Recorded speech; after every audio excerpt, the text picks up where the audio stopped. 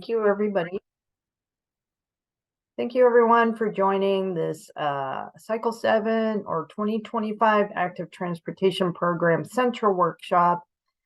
This is, I think, our 6th workshop. And this workshop is going to focus primarily on the quick build part of the guidelines, but we'll be talking about a few other things. And as I always forget to say, my name is Lori Waters. I'm with the ATP program at the California Transportation Commission, and also with the California Transportation Commission ATP team. We have Alika Changizi and Beverly Newman Burkhart, and you'll be hearing from all of us today. And then we do have some of our Caltrans colleagues that work on the ATP for Caltrans, Desiree, and maybe Elijah and Cirillo and Allie, Dor, Westbrook. So anyway, thank you to everybody for joining.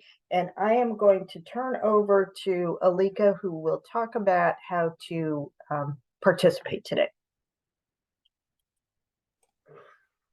Okay, thanks, Lori. Welcome everyone to the 2025 ATP Central Workshop. The CTC exists to make transportation planning, funding, and policy more understandable and accountable. Our workshops can take place in diverse locations around the state so that commissioners and staff can hear directly from our stakeholders throughout California. The workshop agenda is located on our website at www.catc.ca.gov. Live closed captioning is available on this webinar. Please select the Show Captions tab at the bottom of your screen to find a number of language options available to choose from. Any document that the CTC creates can be translated into any language you need. Simply email us at ctc@catc.ca.gov, and we will have them returned to you as quickly as possible.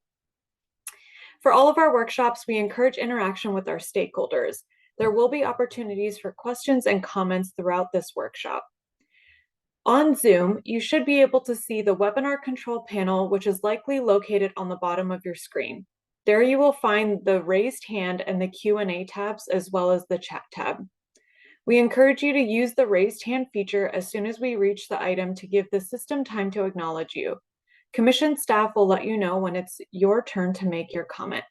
Once you have been unmuted, please make sure to state your name and your agency that you are representing.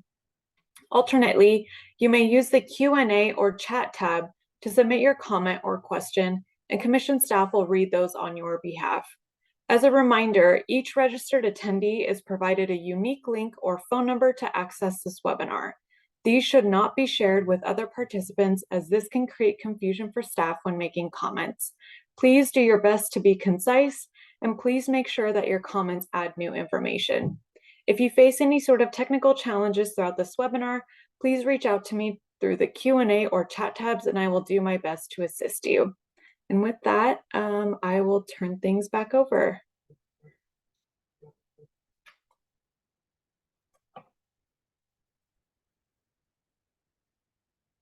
Okay. Where are we going to start here? Yeah, give me 1 second. I'm actually going to pull up the presentation. Give me 1 second to share my screen here, and then we can go ahead and get started.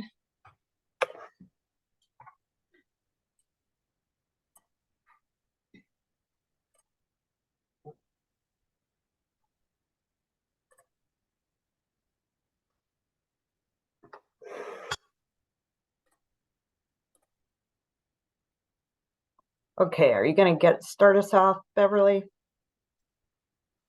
Yeah, I can start us off. Like, do you want me to do our inspirational story? Yes, do an inspiration. Okay, so last week at our workshop, you got to meet our dog. And that seemed to go over really well with everyone. And so it's actually my dog Chloe's gotcha day, or the anniversary of when we adopted her. It's her 9th gotcha day, and we always celebrate her birthday on the same day because we don't actually know like when she was born. They think she was about 3 years old when we adopted her, so we say it's her 12th birthday as well. So I have some more pictures of Chloe, and then I was going to share a little bit about Chloe as well. I don't know, Alika, are you having trouble again sharing your presentation? Is it not sharing? I can see the non-presentation view, like the edit view. Okay, let me try that again.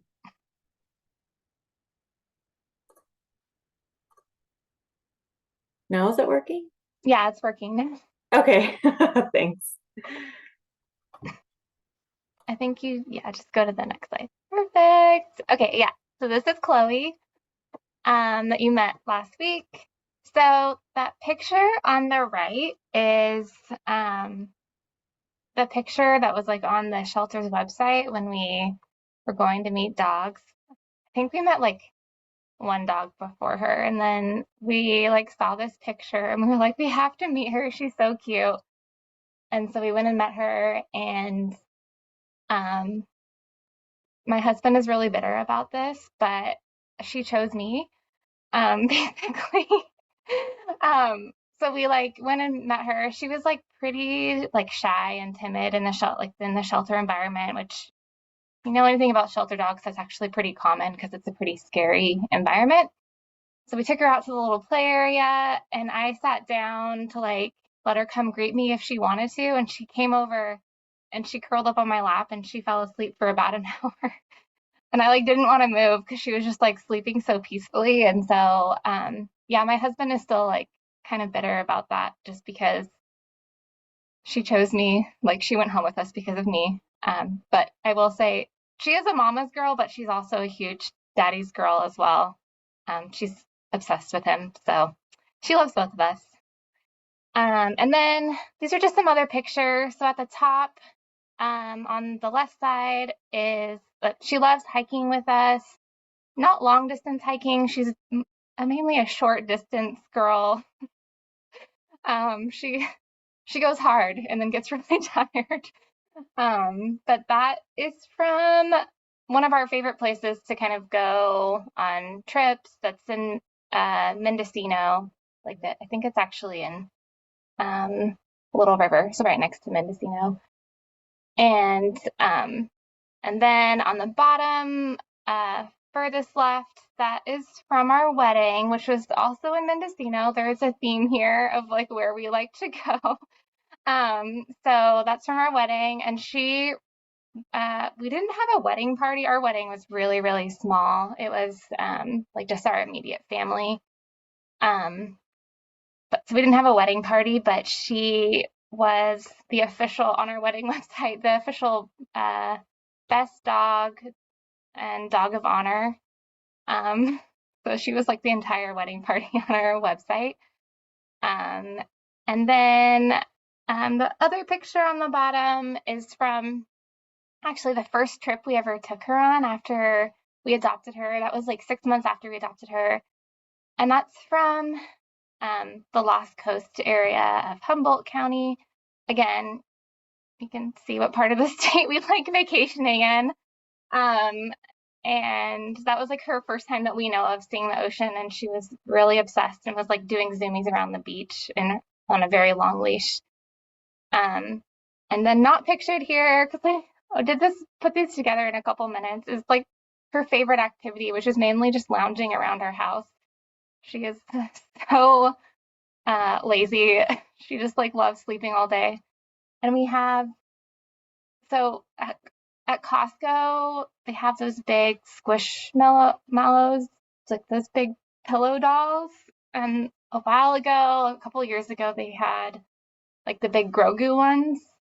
And we bought her a Grogu one, and she was obsessed with it. And so we bought 3 more of them. And they're just like strategically placed around our house for her to like curl up on the different Grogu pillows around our house. So yeah, that's Chloe. And she'll be getting some special treats today. And then after this workshop, she'll be going on a nice special walk with us. I mean, she's 12 now, so nothing too crazy, but She still likes going on her walks, and then she loves trying to chase squirrels and birds for some reason. So yeah, that's Chloe. And that is it. I don't know if you saw in the chat, Beverly, but there are a lot of people who chimed in and just said that Chloe is super cute and adorable. And Thank you. someone recommended that she should be the 2024 CTC mascot. Yeah, I agree. I think she's the most adorable thing on the planet. So thank you. She is like perfect in every way. Even when she's not like being perfect, she's still perfect. She's just amazing. Okay, we can move on to the next slide.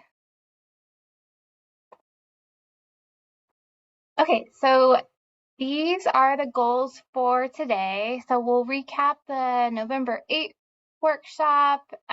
We have a couple policy clarifications to go over. So those are more like minor changes to the guidelines. And then we'll launch into the 2025 ATP Quick Build program discussion, which will be kind of the bulk of today's workshop. And then we'll also summarize any action items. And then you can go to the next slide, Alika. Okay, yeah, so we go over this every workshop. So we're the 2025 program will have 4 years of funding as per usual. So 2025, 26 through 2028, 29. And then we're anticipating about $555.5 million in funding over the 4 years. And then that, of course, is split into the three components. So 50% of that will go to statewide, 40% will go to the MPO component, and then 10% will go to the small urban and rural component. And then you can go to the next slide, Alika. And then Alika, I'll pass it over to you for this section. Perfect, thank you. Okay, so this is our central workshop schedule. Again, as a reminder, the central workshops are just the traditional workshops that we hold to go over the guidelines and other program-related documents. So we held our kickoff workshops earlier this year. We held one in a hybrid setting in San Diego on August 16th and followed up with another hybrid kickoff workshop in September that was held in conjunction with the North State Super Region. On Thursday, September 28th through November 8th, so last week, we held 5 guidelines workshops. We ended up canceling the October 5th one because we actually didn't end up having any new topics to discuss, and so you'll see here for today's workshop, as Lori and Beverly already mentioned, we will be focusing primarily on the Quick Build program. And after this workshop, we will be working to finalize the draft guidelines. And so we'll have 3 additional workshops that will be held after today's. So we have one on December 5th, and this will be held in conjunction with the Riverside Commission meeting.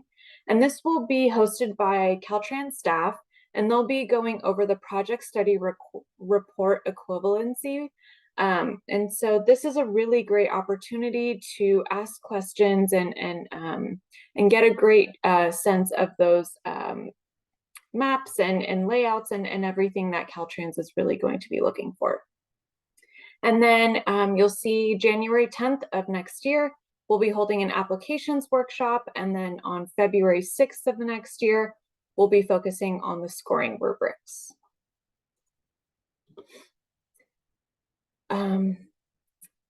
Carrying on from our previous cycle, we'll be holding 2025 virtual site visits, and our availabilities are each Tuesday and Thursday beginning October 2023 through mid-March of 2024. If you're interested in registering for a virtual site visit, we ask that you please fill out the online form. And this essentially asks just general information regarding your potential Cycle 7 project And you'll also have access to commission staff's availability. I just wanted to flag, in case anyone has submitted a virtual site visit request this week, I will be getting back to you by the end of this week. We've been out of town for a branch workshop, so I didn't have a chance to get those scheduled yet. But we highly encourage any potential Cycle 7 applicants to take us up on this offer. And again, we'll be offering these site visits through mid-March of next year. See that, Yeah, so I see a comment that Patricia included stating, I thought the virtual site visits were no longer taking requests. I tried and stated it was full. I'm not really sure why that would take place. I know the form should still be available. Patricia, I'll try reaching out to you after this workshop.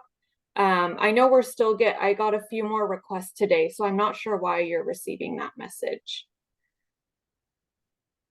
Okay. I'm not seeing any other questions, so I'll go ahead and jump right into the final 2025 ATP schedule. So at the January 2024 Commission meeting, we will present the draft ATP guidelines and the draft ATP fund estimate. And then at the March 2024 Commission meeting, we'll hold a hearing and adoption of the ATP guidelines, and we'll also adopt the ATP fund estimate. And following that, the call for projects will go out. On March 29th, we will post the scoring rubrics on the Commission's website.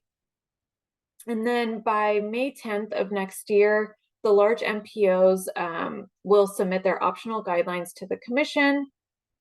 And then by June of 17th is the project application deadline. At the June 2024 Commission meeting, we will either approve or reject the MPO guidelines that were submitted. And then by November 1st of next year, we will release the staff recommendations for the statewide small urban and rural components along with the quick build projects. By December of 2024, we will adopt the statewide small urban and rural components and the quick build projects. And any projects that were not programmed will be distributed to large MPOs based on their location by December of 2024. The deadline for the MPO draft project programming recommendations are due to the Commission by February 21st of 2025. And the deadline for the final MPO project programming recommendations are due April 22nd, 2025. And so the recommendations for the MPO component will be posted by June 2nd of 2025, and we will adopt them at the June 2025 Commission meeting. So I'll take another pause here to see if there are any questions before I hand things over to you, Beverly, I believe. Okay. I think Lori is actually going to do the recap. Sorry. Thanks. That's okay. Okay, our central workshop was on November 8th, so this is just a brief recap of what we covered at that workshop. So no specific request to make changes to the guidelines. Oh, we met with a couple members of the Equity Advisory Committee to give them a briefing on the 2025 Active Transportation Program. And so we're just bringing back to you what came out of those meetings, and they didn't have any specific requests. They were very interested in our various engagement and technical assistance opportunities. One of the EAC members was very interested in us prioritizing worker safety during construction, and they would like to participate as evaluators in our review process.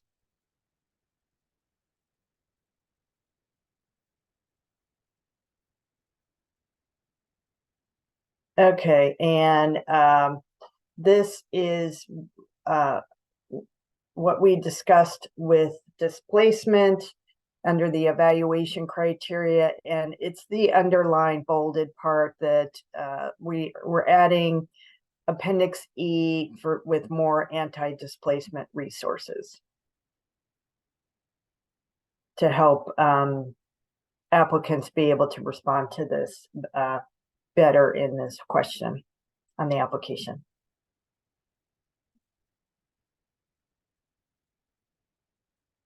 Okay, and we also added the definitions. There's the direct displacement or indirect displacement. I don't know. Anything else, Beverly? Yeah, we talked about? so this is just kind of what we're adding. And then there's Okay. another slide that has, we'll also be adding some resources, like some links to resources. Right. And that list, we actually may be adding a couple to that list that are some new things that are coming out kind of early in 2024 that we're hoping to add to the guidelines. But basically, it'll just be kind of some helpful resources that people can use when they're responding to the displacement portion of the DAC question. Okay. Any questions? I'm not seeing any questions. Okay. Okay, and then we made some policy clarifications. So this is actually new policy Oh, clarification. this is new? Oh, okay. Yeah, but So Lori, was that there's it only from- one, and we talked about it earlier today. If you wanna talk Okay. about it. So before we move on to that, there is another thing that didn't actually come up in the last central workshop. It came up in the last branch workshop that we did. So we have conducted 2 branch workshops combined with in-person site visits so far.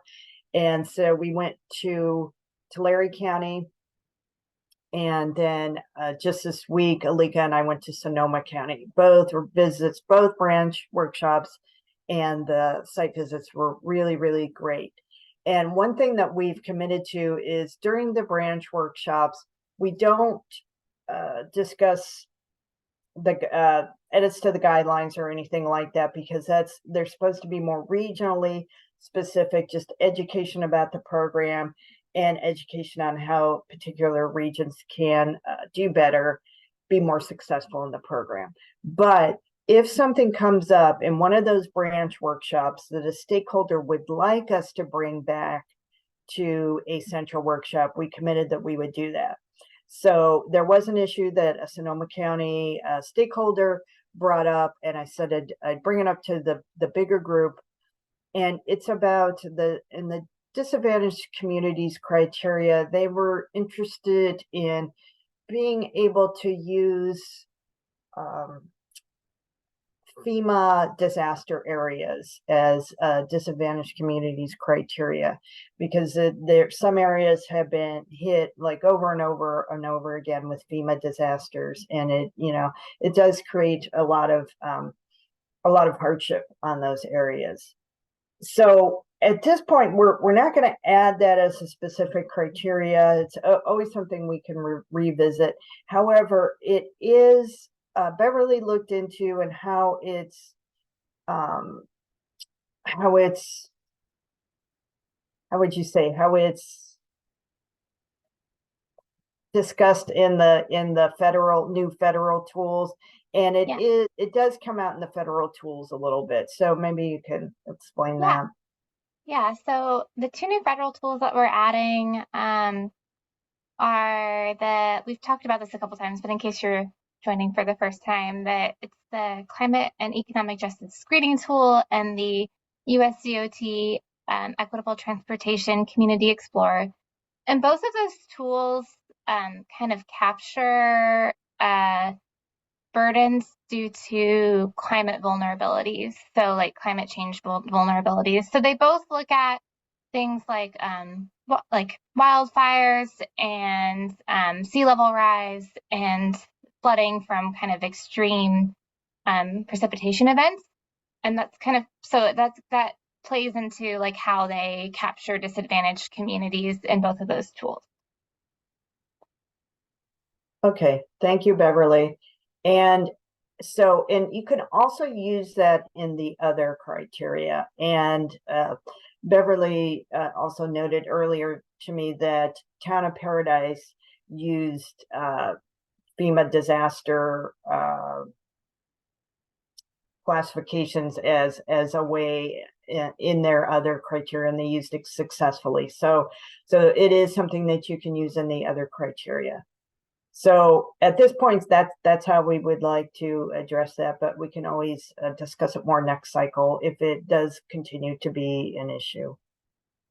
Yeah, Uh-huh. I Go ahead. don't, Lori, you may have already said this, so I apologize if I'm repeating you, but when we talk about the scoring rubrics in February, we can talk about the other categories specifically. So the examples that are provided on for the other category in the scoring rubrics right now, pretty limited examples. So I think there's a couple more examples that we can provide there. We can talk about disasters. And then I think we've had a couple questions about like unhoused populations, which we can add there as another example as well. So when we get to that discussion in February, those are some things that we're thinking about. So if other people have ideas, we can definitely consider those. Okay. So I think you're taking over now, Beverly, but I just want to see if there's any questions before we move on. Any comments? I'll give it another minute, but I'm not seeing anything in the chat currently or in the Q&A tab. And I'm not seeing any hands raised. Okay, sounds good. Okay, so we have one policy clarification to present to the group today, and it's about uncommitted funds. And this was actually a stakeholder request to kind of look into this issue. So uncommitted funds are really only allowed in two situations in the ATP. So if a project is at the funding cutoff for an MPO and their component, and there's not enough available funds in that MPO component, then they can partially fund a project and have uncommitted funds on that project. And the other instance where it's allowed in the ATP is if you apply for a large infrastructure project, but only apply for the pre-construction phases, which you're allowed to do for a large infrastructure project, but no other project type, you can also have uncommitted funds on that project type. So currently the allowable sources of uncommitted funds are future ATP cycles, the local partnership program, including the formulaic program and the competitive program, and the federal discretionary programs. So the stakeholder came to us and just asked us if we could add the SB1 programs as other sources of uncommitted funds. And we looked into it and talked about it internally, and adding solutions for congested corridors and trade corridor enhancement program is consistent with kind of the other competitive funding programs at the commission.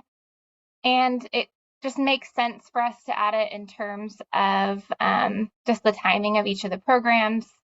So we're proposing to add SCCP and TSEP, or the names of those are spelled out on the slide as well, as eligible sources of uncommitted funds. And Alika, if you could go to the next slide, please.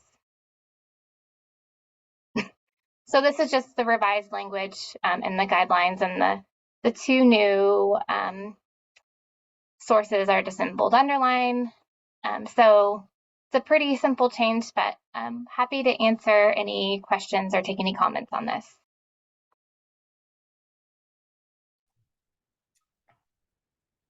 I'm not seeing any hands raised or questions coming in.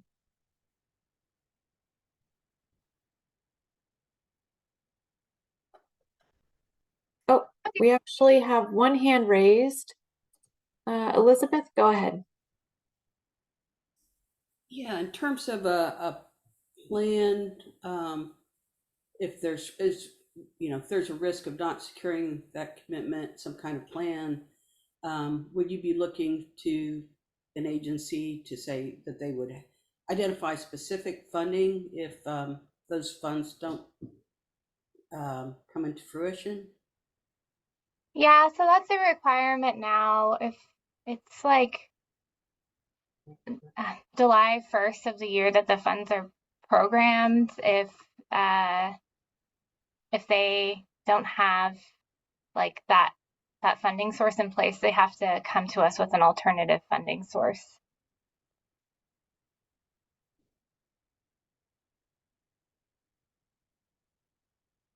But that alternative source doesn't need to be identified early on or initially. No, I mean, they'll have to identify like their uncommitted funds in their PPR or project programming request, but if it ends up, if like, if they put solutions for congested corridors in there and they are unsuccessful in SCCP, I mean, they could swap it out with another funding source that's not listed initially in their application. Thank you. Yeah, of course. Okay, not seeing any other questions.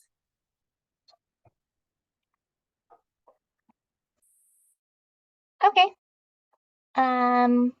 Great, we can move on, and if anyone else thinks of any questions or comments, we can always come back to this later on. We should have time.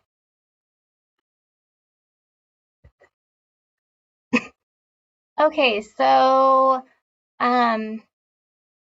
just as some background, for the last two cycles, so the 2021 program and the 2023 program, we had quick build, what we called quick build project pilot programs, really just to see if quick builds were a good fit for the program, and to start thinking about including quick build projects in the program overall.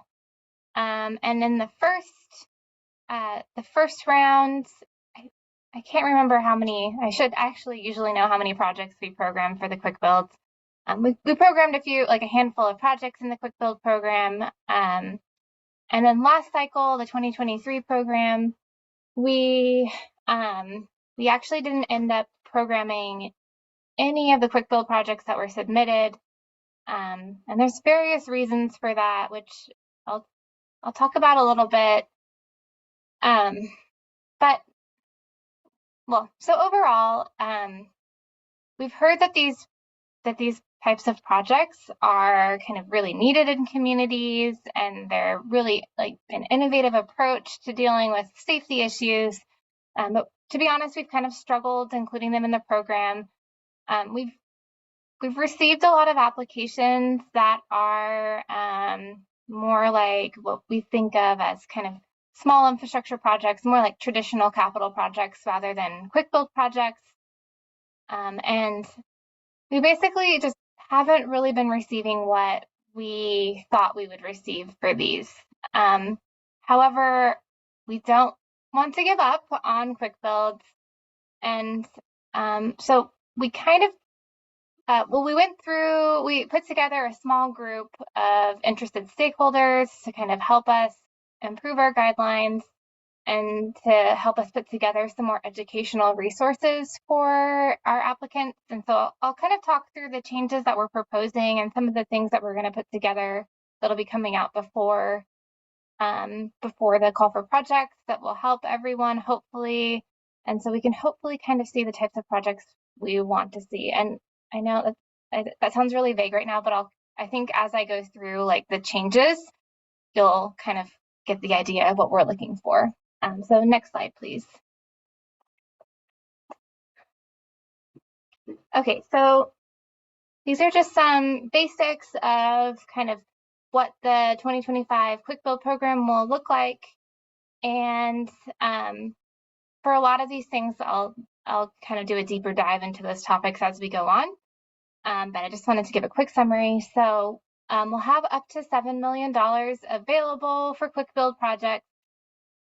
It'll be a separate application. It'll be unsubmittable with the rest of the applications, but quick build projects will be evaluated separately from the rest of the application pool. So up to $7 million available, but just like last cycle and the cycle before that, we may not actually use all $7 million. So we will have the discretion to, fund one project, fund several, or fund none, just depending on kind of what we receive and how they do and how well they align with what we're looking for quick builds. So just like last cycle, funding will be available for construction only, but if you use the design build delivery method, you can include the cost of design in your construction phase. And then projects have to be environmentally cleared or have categorical exemption at the time of programming. This is actually a slight change from last cycle. Last cycle we said at the time of application, but we heard that that's very difficult if you don't know if you're actually receiving funding. So we changed that to time of programming. And then we'll go over a few new sections that we're adding to the guidelines. So we're adding a section on quick build materials, community engagement and data collection, and project delivery. And then we're making some small revisions to reporting and time extensions. So we're working with our group of stakeholders to revise our supplemental or Caltrans' supplemental guidance. So that guidance, I'll talk about it more as we go through, but it has some really good resources for applicants as they go through their application. So I'll talk about that a little bit more in a minute. And then not on this slide, we'll also be working with that group and the ATRC to put on a kind of educational webinar on quick builds, which will happen early 2024, so before the call for projects. So one new guidelines change that we'll talk about a little bit more, but we will be requiring applicants interested in submitting a quick build project to have a short call with commission staff prior to submitting your application to discuss the project's eligibility. So we want to do this to help save time on both ends and to make sure that what you're submitting is actually a quick build. So we'll talk more about that process in a minute of how you would schedule that call with us. And then, as I mentioned before, so for the last two cycles, the quick build application was kind of like a Word document that our applicants prepared with a list of questions. It was completely separate from the PDF application. So there will be kind of a dedicated form on our submittable portal just for quick builds that will, again, be a separate application from the main application, but it'll still be on the same place. So the application will still be kind of much more simple than the standard ATP application. Okay. I was going to ask if there's any questions, but I have a feeling, well, I can see if there's any questions. Some of the questions may be answered on the next few slides, but I can stop here and see if there's any questions yet. Okay, yeah, so we have one hand raised. Elizabeth, go ahead. Thank you. Elizabeth Hahn, Stanislaus Council of Governments again. Just curious, and I apologize, I'm not familiar with the guidance. So this may already be in your guidance. If it is, you can just direct me to that. But I'm curious, for a quick build approach, does the application provide the applicant with an opportunity to kind of explain what their, I guess, how those materials will be addressed in the long term? Like, if they're really short term measures, then I guess what would be the fate of the whatever it's whatever's used in the longer term? So, yeah, I don't think it specifically asks that, and it's something we could definitely think about. The application currently asks about kind of the maintenance plan for the project.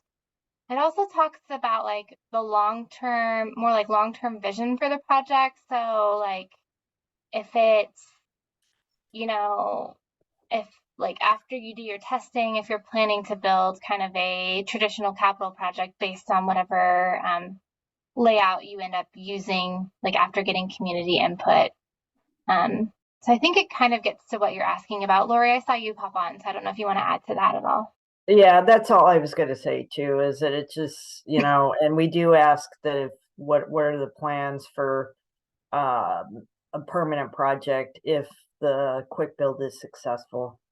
So like, is there a sort of, it's just kind of unwritten that if you do a quick build project that you're, at some point, you're going to be dismantling it and putting in something more permanent, or if you were going to continue it for a longer term, that there'd be a long-term maintenance associated with it? Well, okay, so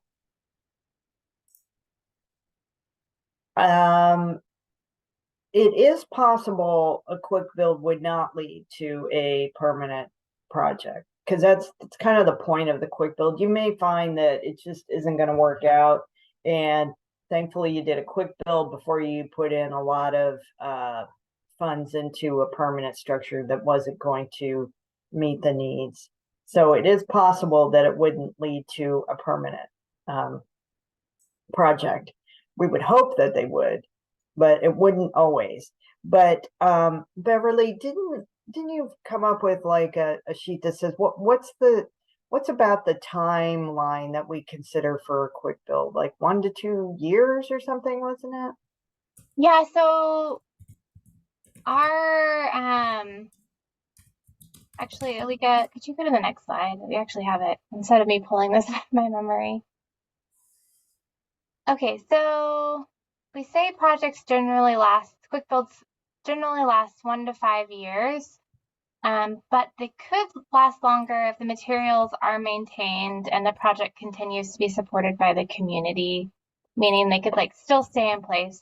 That's actually some feedback that we've heard from our group is that they come in and they do a quick build and it's really, really well received by the community, and the materials, they may not be, the typical like permanent materials that you would use for a traditional capital project, but the materials are pretty durable and they can keep it there for a while. But just be careful that you're not using the quick build as a replacement for a permanent project too. So I mean, it can be a little bit vague, but you see what, does that answer your question, Elizabeth? Yeah, I think my point is only that Okay.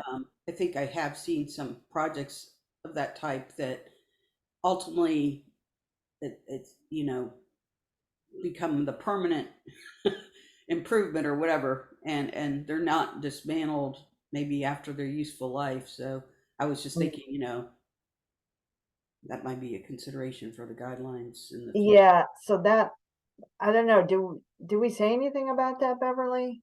I mean, that's kind of a good point, that we actually we wouldn't want them up there forever. Like so Elizabeth, are you saying you've seen projects that are like, that were quick builds, but the materials were kind of, or the improvements were kept out for a long time, and like the materials used just kind of weren't actually like usable anymore, like they kind of deteriorated? Yeah, I think they're obviously the approach, I guess, is not really, it's more cost feasible, and so the materials are usually something that have less longevity. Yeah. I just kind of think it's more of an encouragement thing for the program, encourage Yeah, the lead agency to revisit, and if it's a sort of a pilot for something longer than if they aren't, if their conclusion is that it wouldn't be sustained or they wouldn't go to a longer term solution, then maybe there's something, maybe they should consider the cost of demobilizing or whatever you want to call it. So- That's a good point. It's something that could be considered in the cost of. Yeah, so I think, yeah, I think these are really good points, and I think we could kind of maybe plug these into some of the questions we already have in the application, like the maintenance question and like the long-term vision. We can make it a little bit more specific, like the application questions a little bit more specific so people can touch on this issue. So yeah, we'll take that back, Elizabeth. Yeah, Yes. because what Beverly had mentioned earlier is that one of our main objectives in this cycle is try to make it even more clear what's the difference between a quick build and a small infrastructure. So we don't get that because that's what we got, a lot of last cycle. I think that's great. Thank you. Thank you. Any other questions, Alika? Yeah, so we got one comment from Alexander stating a quick build project we did was to add K71s on a stretch of road next to our junior college. The future of this would be to add a raised facility. The quick build can be a more cost-effective measure to have something in place until we can find a more permanent project. And then we also got a question from Darren asking, does the quick build scoring criteria have a disadvantaged community category or question? So, the scoring criteria, you do have to provide a narrative on benefit to disadvantaged communities, but because we haven't fully kind of implemented this as a permanent part of the program yet, there isn't actually a quantitative component to the disadvantaged communities portion of the application. So it basically just needs to be included in your narrative about project need.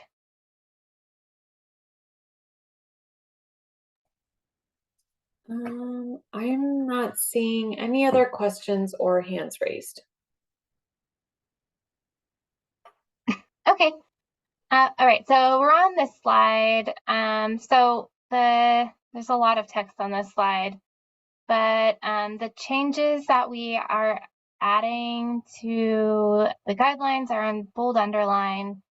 So that first one we've already kind of talked about. So the quick builds generally last from 1 to 5 years, but they could last longer if materials are maintained and the project continues to be supported by the community. And so this is kind of some feedback we heard from our small group that we put together that oftentimes, they do a quick build and the materials are pretty durable and the community really likes it. And maybe they don't have a funding source for more permanent materials, so they're kind of kept in place, for a while until maybe more funding is found. I think kind of Alexander's comment kind of gets to like what we're thinking here is, it stays in place for a while until more permanent infrastructure can be installed. So that's kind of the first change we made.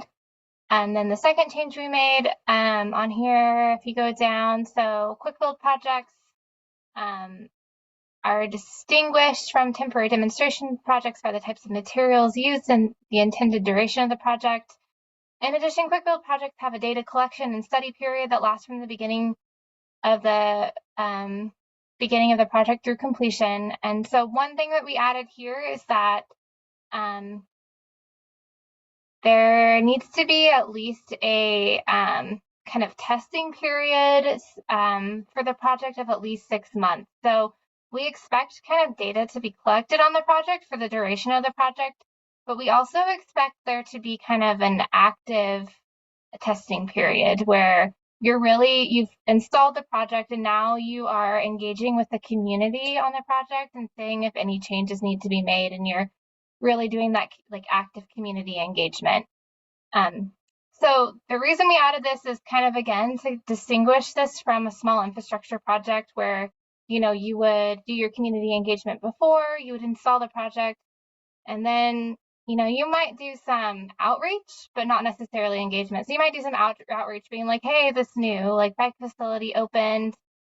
But for a quick build, it really is kind of an iterative process where you install the project and then you're out there in the community and asking them questions about the project and kind of getting feedback and deciding if you need to make any changes. And I'll talk about this a little bit more in a bit, because we also added a new section to the guidelines on kind of this community engagement that we were expecting.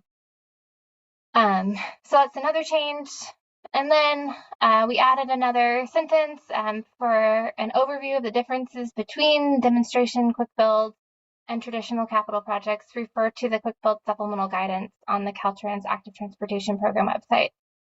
And I will say the current version of this guidance is available on the Caltrans website now, but we will be updating it, and I'll talk about that more as I go through my presentation, but it will be updated before the call for projects with some more information and some more hopefully helpful things for you to consider when you're putting together a quick build application. Okay, so any questions on this slide? I'll give it another few seconds here, but I haven't seen anything come in yet. Thanks, Alika.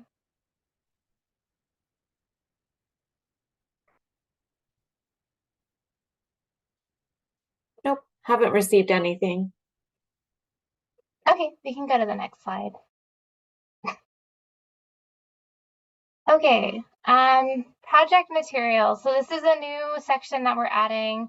So I will say that in the supplemental guidance, there's a pretty detailed list of kind of example materials that can be used for a quick build project. And we mentioned materials in the guidelines and kind of the opening paragraph, but we wanted a dedicated section on materials just to make sure that people are really thinking about this. So this is the language that we are adding for the project materials section. So quick build projects should be constructed with durable, low to moderate cost materials. These materials are generally semi-permanent, meaning they are adhered to the ground, but are still moderately flexible so they can be adjusted based on community feedback. In general, quick build materials do not require excavation to install. And then it kind of refers everyone to the list of materials. So a few things on this. We are working to, if you kind of look at the guidance, which again is on the Caltrans website right now, there's a list of materials that we would generally consider quick builds. So we'll be adding to that, kind of like working on that list. If there's any other materials that we think are suitable. We'll also be adding to that document a list of materials that we would generally consider to be too temporary. So maybe materials that are better suited for a demonstration project. And we'll also be adding a list of materials that are generally considered to be too permanent. So that would be better suited for a small infrastructure or a traditional capital project. Sorry, my Alexa thinks I'm talking to her. If you can hear her.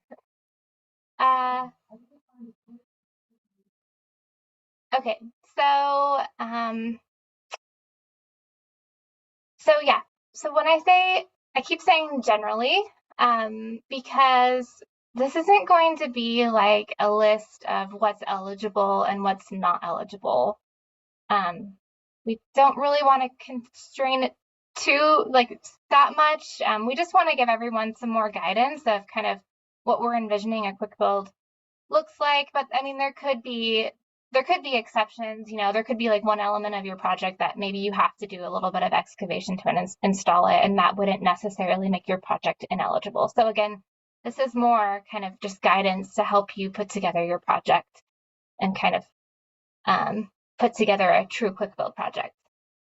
Okay, so any questions on this? I'll give it another minute, but not seeing anything at this point.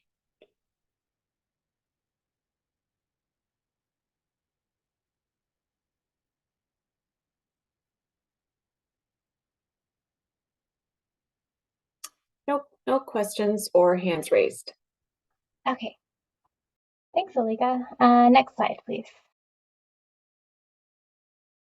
Okay.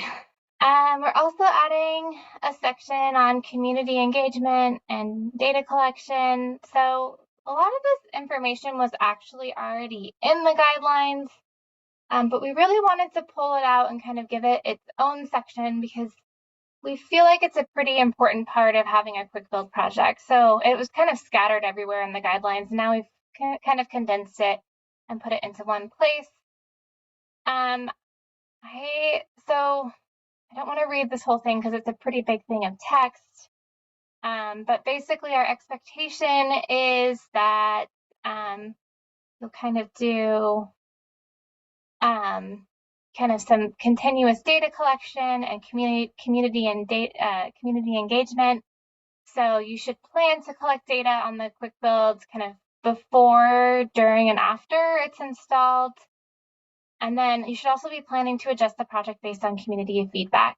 And so again, we're expecting that you should have a planned kind of testing period of at least 6 months. It can be longer than that. But really what we're looking for in that testing period is that that kind of community engagement where you're actively seeking input on the project and, making adjustments or planning for adjustments. And so for that, we put some examples of the types of things that you could be doing to engage the community.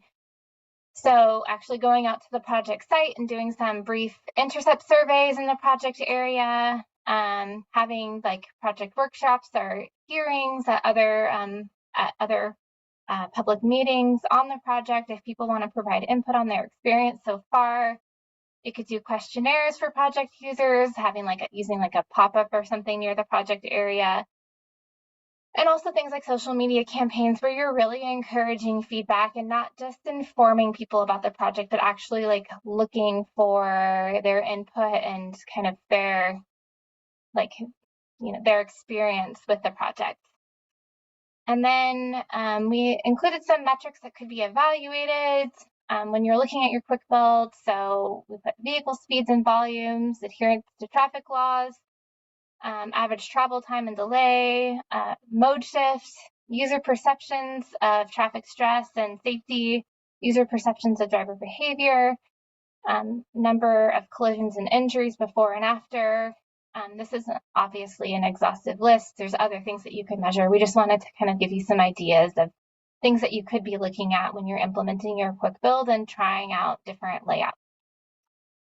And then again, the supplemental guidance will kind of have more information on community engagement. And there's some information in there now as well, but we're hoping to expand on that a little bit. So can answer any questions on this.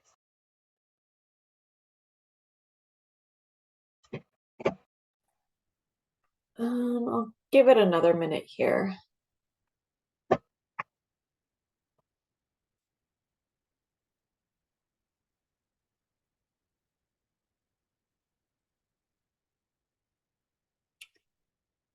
Okay, not seeing any questions or hands raised. Okay, we can move on to the next slide.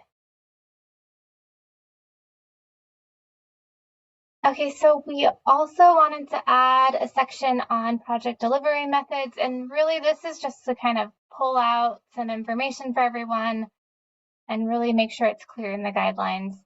And this information was kind of already in the guidelines, but again, it wasn't in its own section. So for this, we say quick build projects involve an iterative community engagement and project design process and may be better delivered through the design build method instead of a traditional design bid build method. So applicants must indicate that they intend to use the design build delivery method in their application if that's what they want to do. And there will be like a little checkbox for you in the online application for that. And then if you're going to use design build, as I mentioned before, we will only fund construction for quick build projects through the ATP. But if you're using design build, you can include the cost of design in your construction phase for your funding request. And I'm happy to answer any questions on this section. We did get a comment from Alexander stating the city of Santa Rosa is very interested in being able to fund quick build projects. So thank you, Alexander, for that. Yeah, great. Not seeing anything else at this time. Okay, we can move on to the next section.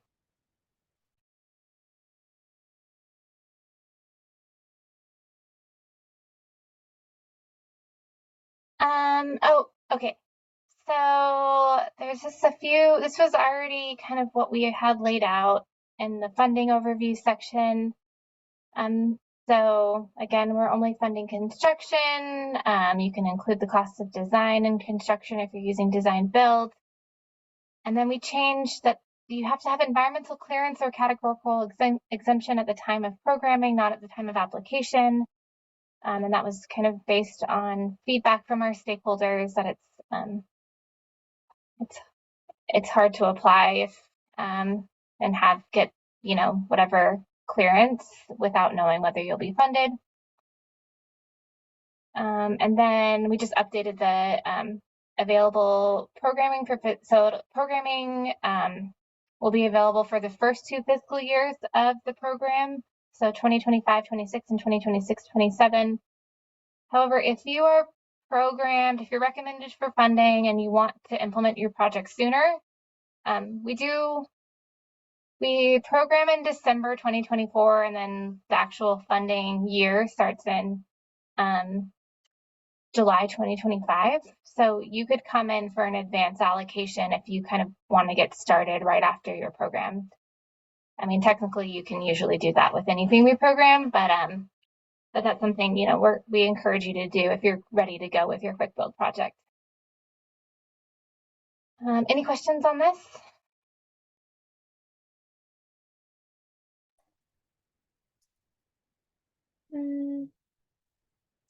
Not seeing any hands raised or questions in the chat. Okay, you can go to the next slide.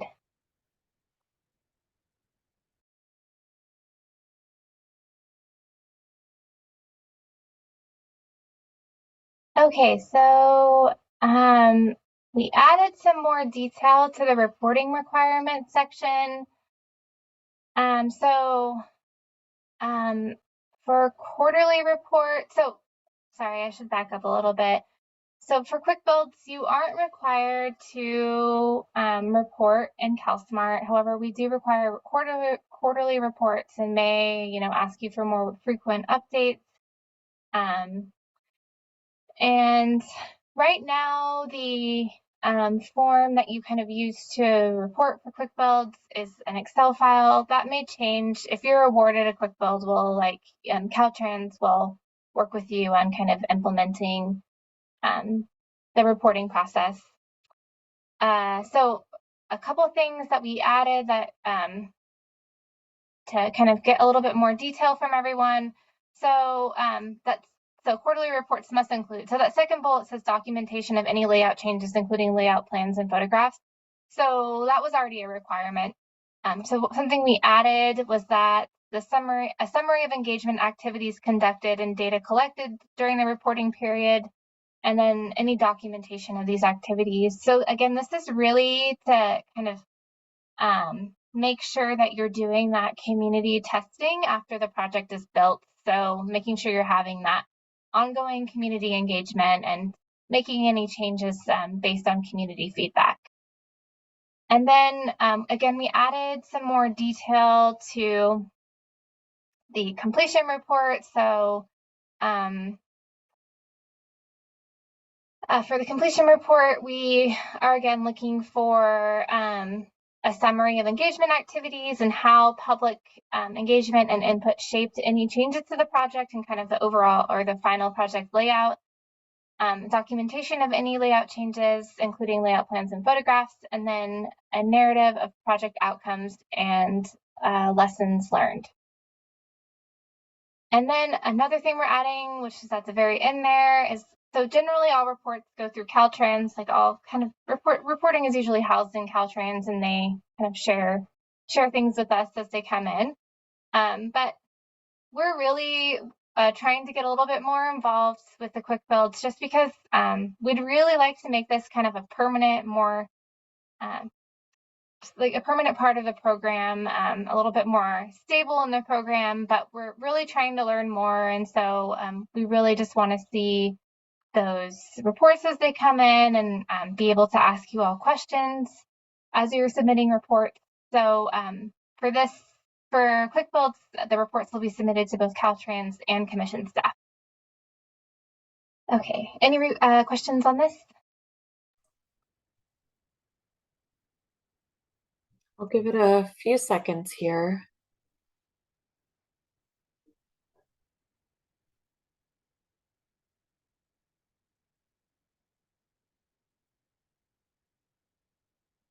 Not seeing any hands raised or questions come in. Okay, you can go to the next slide.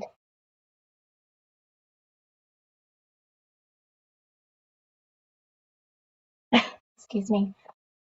Okay, so for time extensions, we aren't really changing anything here. We just added some language to, so we added unforeseen and extraordinary, which basically is just to, the word unforeseen matches the main timely use of funds section of our guidelines. We're really just trying to make the language kind of match between the quick build section and the rest of our guidelines, and the fact that you have to justify your extension request and justify that the circumstance was unforeseen and extraordinary. So I'm really just clarifying some language there.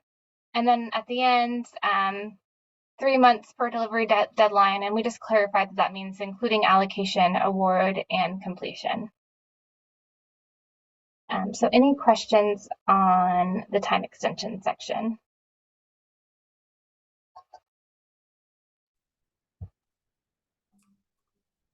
Give it another minute here.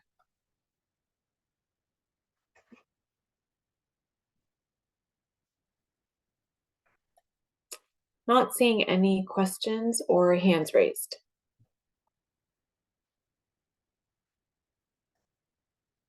Okay, we can go to the next slide.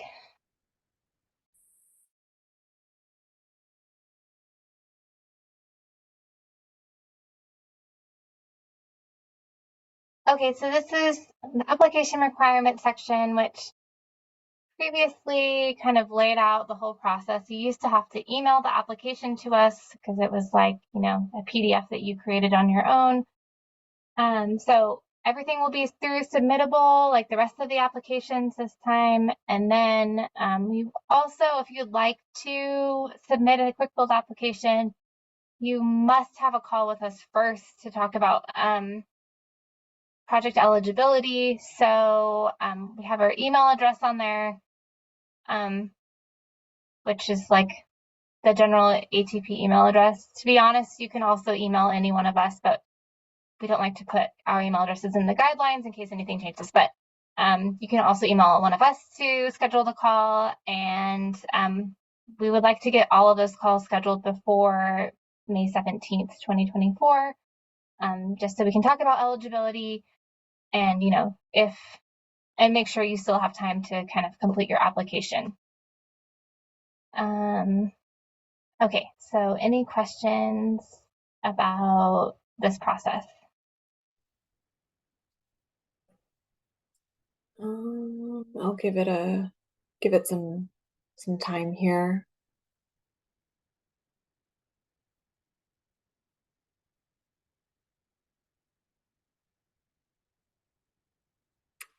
Alexander asked, can you add emails to the chat?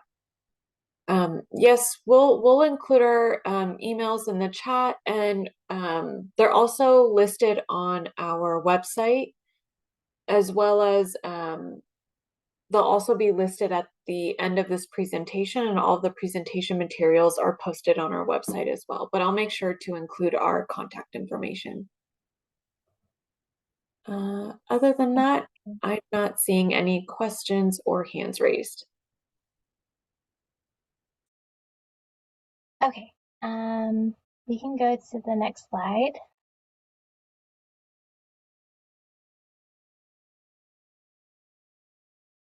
Okay, so there's not actually any changes to this, but we have a list of project examples here, and there's also a list of project examples in the supplemental guidance. And the only reason I have this up here is that you don't need to tell us now. I mean, you can if you want to, but if you have other ideas of things that we could add to this list, we're kind of crowdsourcing some ideas. So if you've seen other quick build projects that you think would be kind of good examples to add here, definitely send us an email and let us know, and we may add it to this list as more examples. We're really trying to expand our guidelines and the supplemental guidance to really help everyone submit some good quick build projects.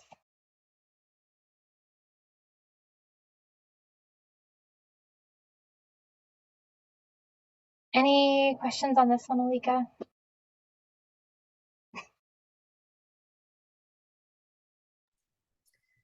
Not seeing any hands raised or comments. Okay. I think that might be the last content slide. I don't know. Go to the next slide. Yeah, I think the next one is the next workshop date.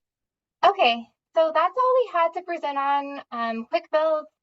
So kind of just as a review, these are the changes we're proposing to the guidelines.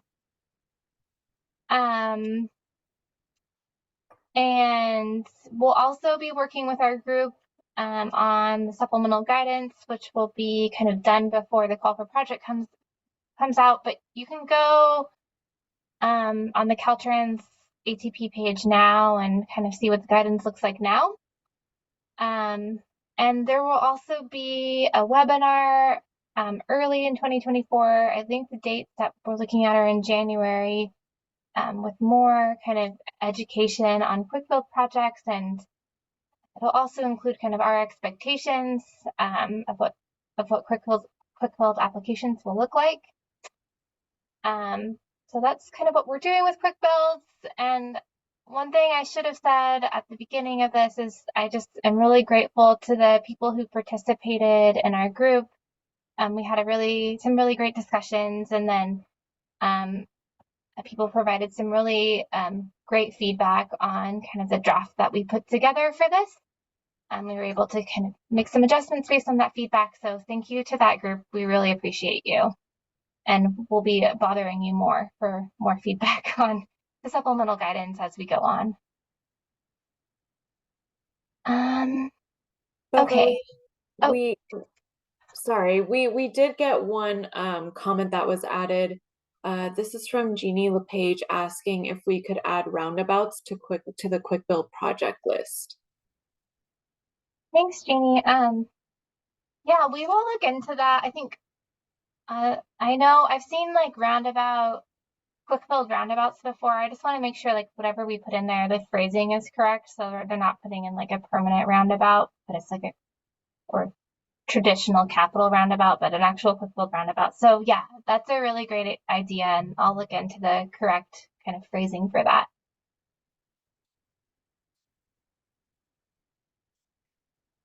Okay. I'm not seeing anything else come in. So I'll just go to the next slide if that works for you, Beverly. Yeah, that's fine. Okay, I don't know, Lori, if you want to talk about kind of the wrap up of guidelines. Um, I don't know if Lori is still there. Okay. That's okay. So our next workshop will be on December 5th. And that will be in Riverside. I think it'll be at the Western Riverside Council of Governments. Is that right, Alika? Yes, that's right. Okay, so that'll be a hybrid meeting. So you'll still be able to participate via Zoom if you can't make it to Riverside for the CTC meeting. But there will also be some in-person participation. So this workshop will focus mainly on project study report equivalency. So it's a great educational opportunity for applicants. So Caltrans will be presenting, and they'll go over kind of all of the engineering components of the application. So layouts and maps and cost estimates. And then the Caltrans non-infrastructure team will also be presenting on what makes a PSR equivalent non-infrastructure application. So that's our next workshop on December 5th. So we really are kind of wrapping up guidelines now. We've had, I think, I don't know how many workshops we've had, but we've had some really great discussions in these workshops. So we're pretty much wrapping up workshop topics now.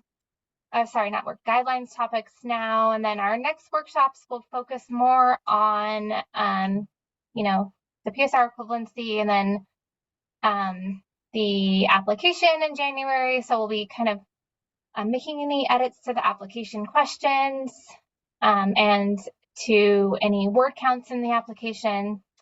And then our workshop in February will focus on edits to the scoring rubrics.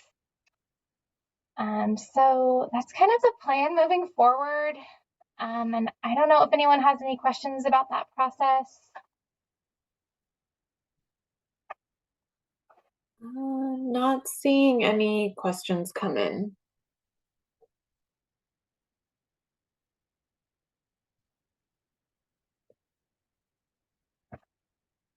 Okay, I don't know, Alika, if there were any action items from today. Yeah. So the only action item that I noted was for us to look into adding roundabouts to the quick build project example list. If there was something that I may have missed that others caught on this webinar, please feel free to reach out and let us know, or you could just come off mute now and let us know. But that was the only one that I documented for us today. Okay, yeah, I have looking at the roundabouts for quick builds, and then maybe incorporating some more language about, what happens when you dismantle projects. Okay. Okay, perfect. Thank you. I'll add that. Okay. I think that's it. So I don't know. We can open it up if there are any other questions or comments, and otherwise we can wrap up for the day.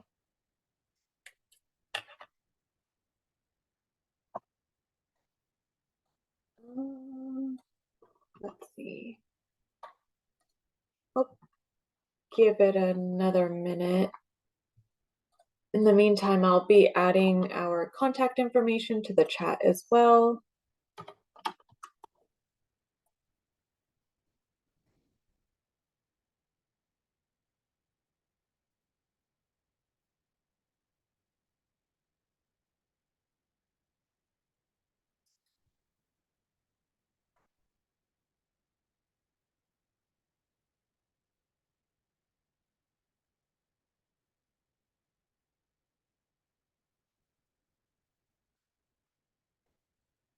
Just getting a lot of thank yous. I'll let you know if we get a hand raise or a Okay, question or comment in the chat. sounds good. I think that's kind of our main content for the day, but we can hang around if there's any other questions that people have.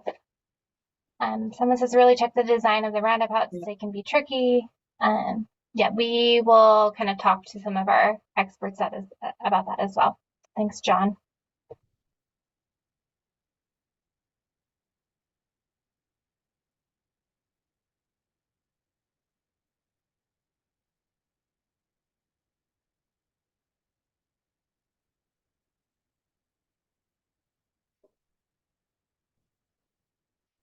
All right, not seeing anything else come in at this time.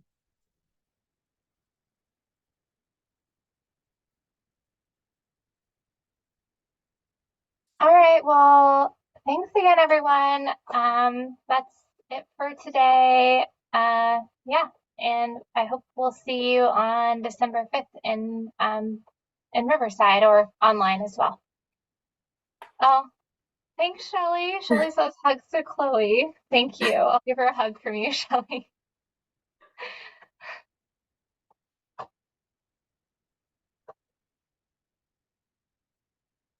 Thanks, everyone.